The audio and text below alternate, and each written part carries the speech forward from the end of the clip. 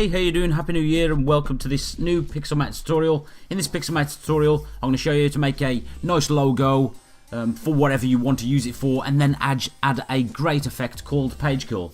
And it's really simple to do, and it shouldn't take too long. You can do this with either text or the logo that I show you how to create, or you can just import shapes and do it with whatever you want to do. But yeah, let's get on and do it. So I'm going to go width 1200 and my height is just going to be 720, so then when we view the finished article at the end, it will just fit nicely on the Okay, so once we're in Pixelmator, the first thing I'm going to do is fill this background layer up here with a gradient.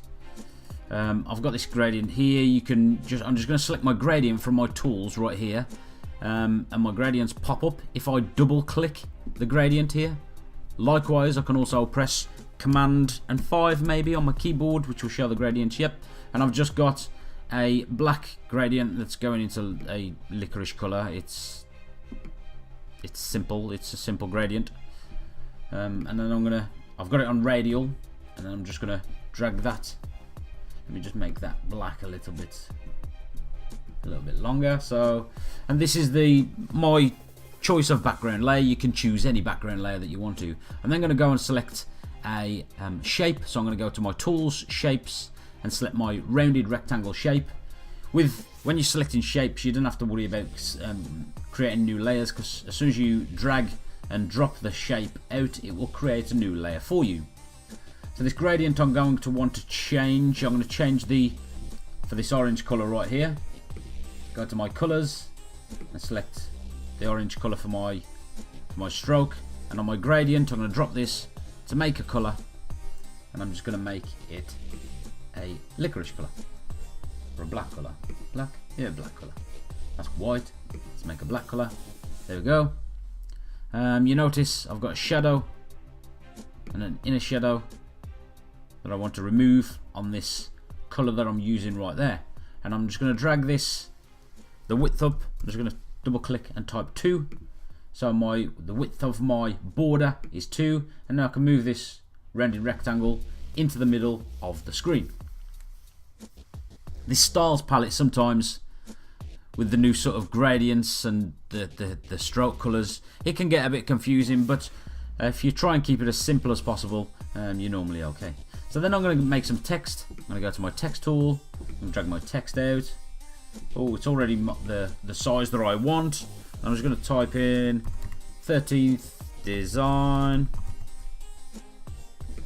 Again, this is too big to create the text, so I'm just going to drag the text box out. And once more, I want this text filled with a gradient. So I'll go to my styles pane, fill with a gradient. The gradient I want is on my gradients palette, so I'm going to press Command 5 and select this gradient right here, and then the stroke, I want again this to be a color, and I'm going to make the stroke width 2 pixels. So I'll just double click the 2 and press enter. Now you probably won't see it as much because it's the same color as the background. So the first thing I'm going to do, I'm going to make this shape a little bit bigger to fit the actual text on. So just highlight the shape and use the control points just to drag out the size so it's a little bit bigger. And I want it fitting tightly onto my shape. Go back to my text and drag it to the center of my shape, like so. And then what I'm going to do is, with my text highlighted in my layers pane over here, I'm going to press Shift on my keyboard, highlight my shape, press Control, left click, and merge layers. So now I've merged the shape with the text, and it's become a merged layer. So it's become a pixel merged layer. So I can edit it and edit it as one. I'm then going to drag it to roughly around the center. You could drag it and use the guidelines, I suppose, but I'm just going to be there around the center. I'm not too fussed. And then what I'm going to do is I'm going to left click, control left click, and duplicate on this. And with this top design copy, I'm going to turn it off in my layers pane, which leaves this bottom one visible. I'm then going to go to my effects browser, all the way to the top. I'm going to double click this Gaussian blur, drag the radius up to about 10 pixels. It's already there. So just drag it with this slide like so.